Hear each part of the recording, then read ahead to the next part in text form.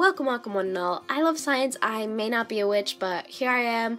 I am ScienceWitch, and welcome to another ship analysis video. I apologize for not uploading over the past week.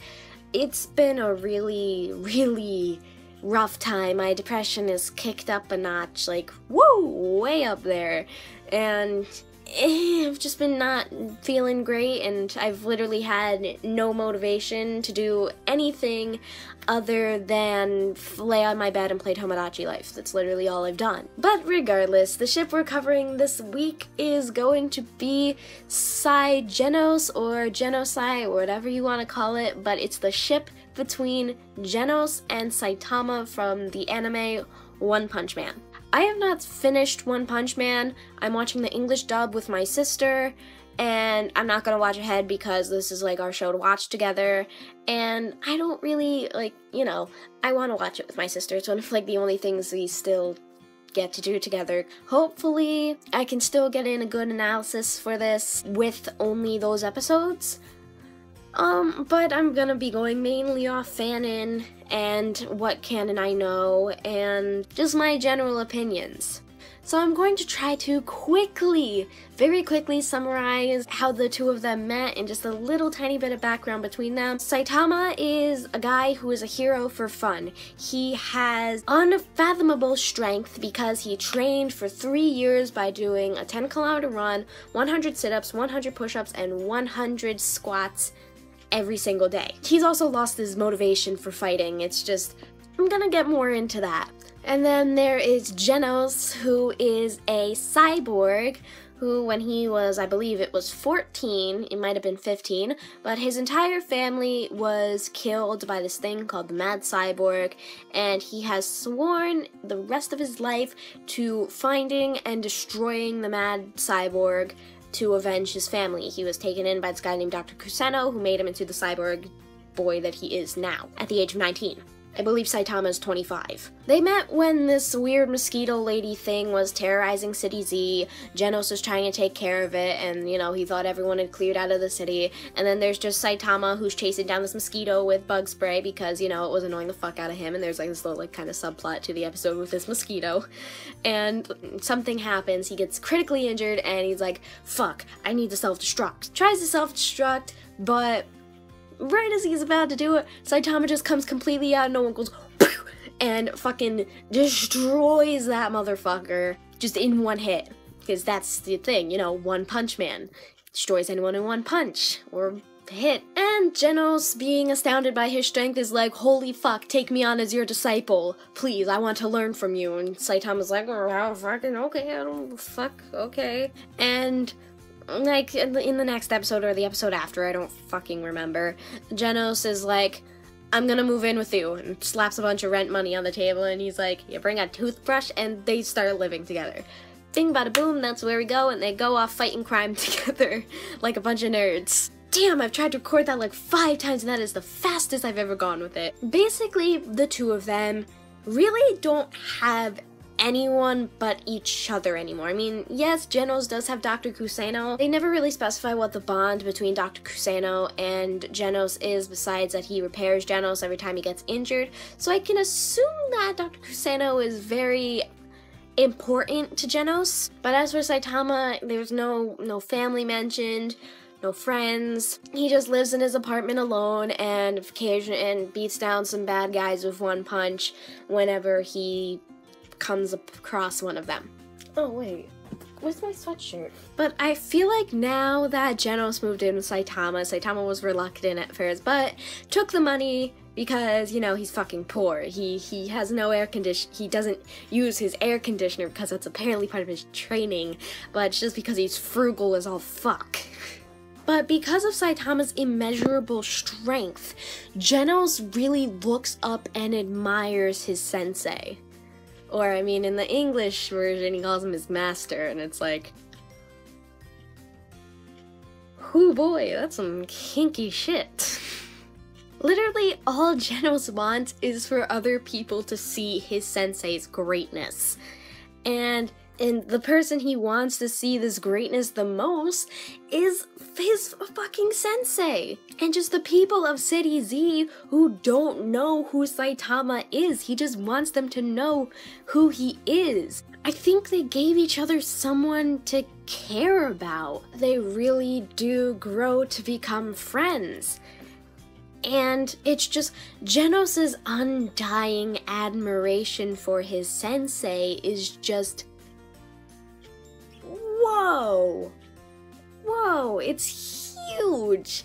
Like, he admires his sensei more than anything. I personally believe that Saitama has depression. 'Cause, I mean, his loss of motivation for fighting and something that he loved to do, that he used to be filled with fire and passion and anger, to have all those feelings just fade, that is a sure symptom of depression.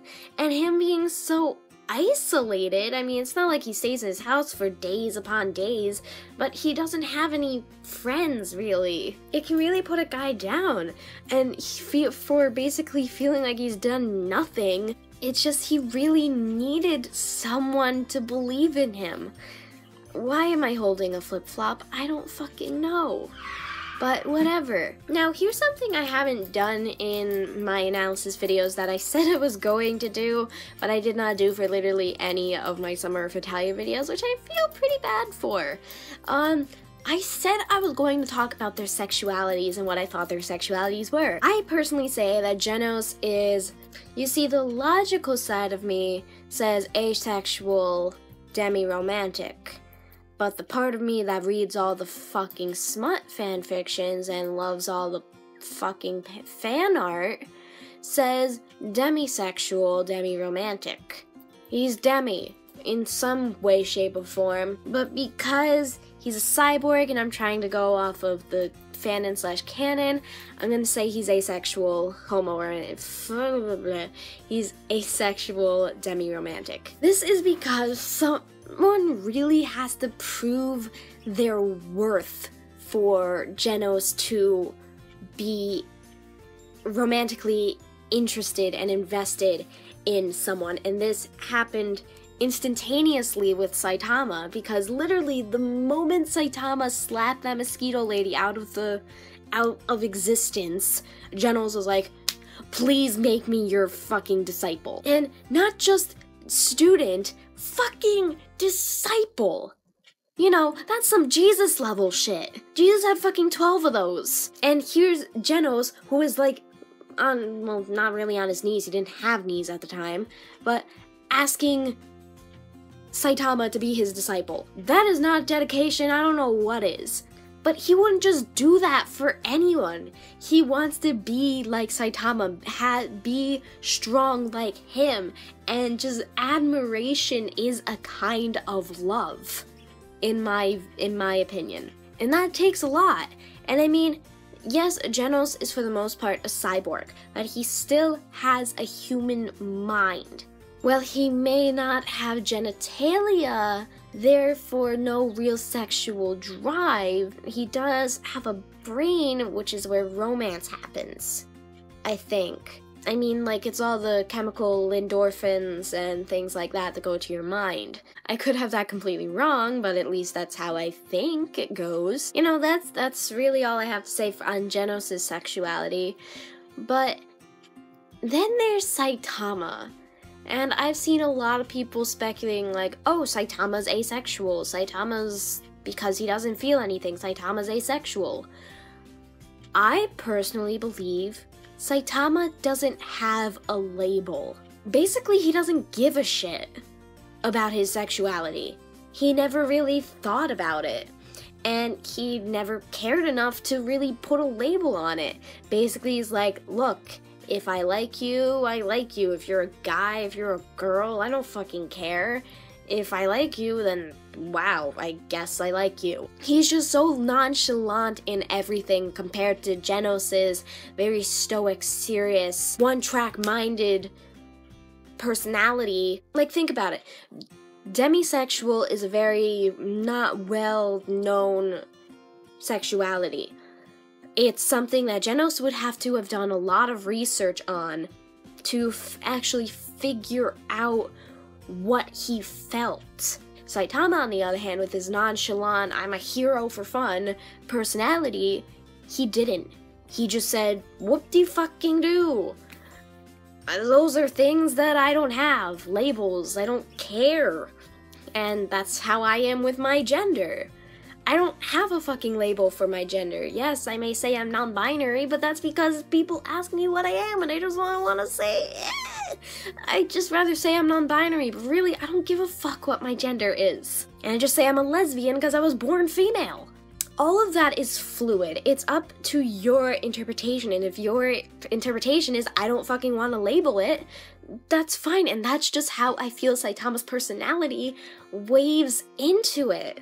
Saitama, in a way, does admire Genos in his own way.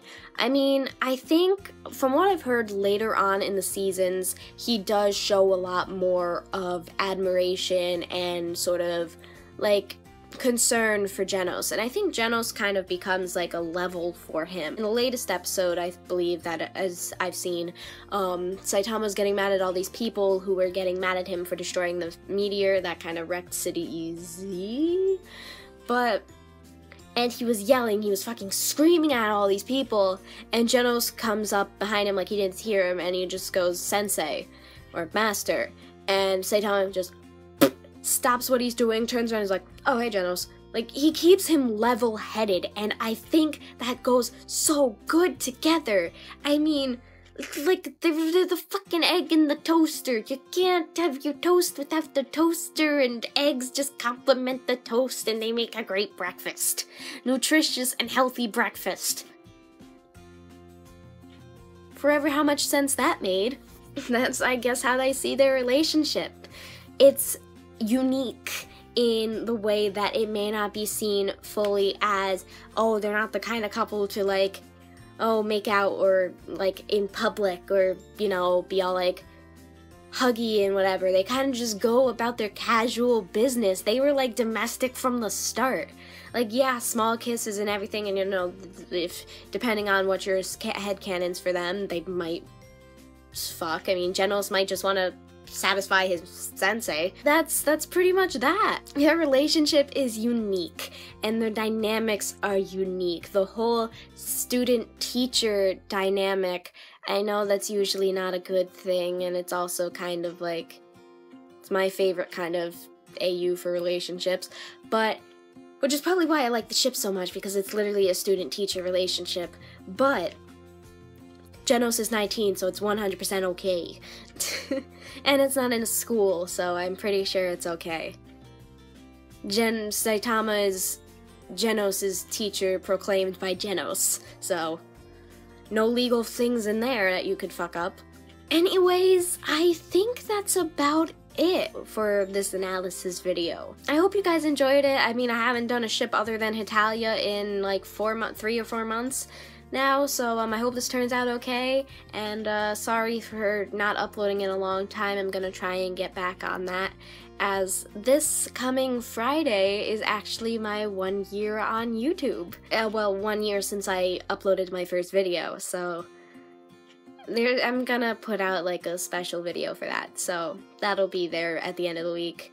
If you guys have any ships you want me to analyze or do videos on, leave those down in the comments below. If you have any genocide, headcanons, or scenarios you'd like me to discuss in my next video, leave those down in the comments below too, because I don't want to just keep doing the shipping meme things. I want actual headcanons to discuss and talk about, because, you know, those are nice.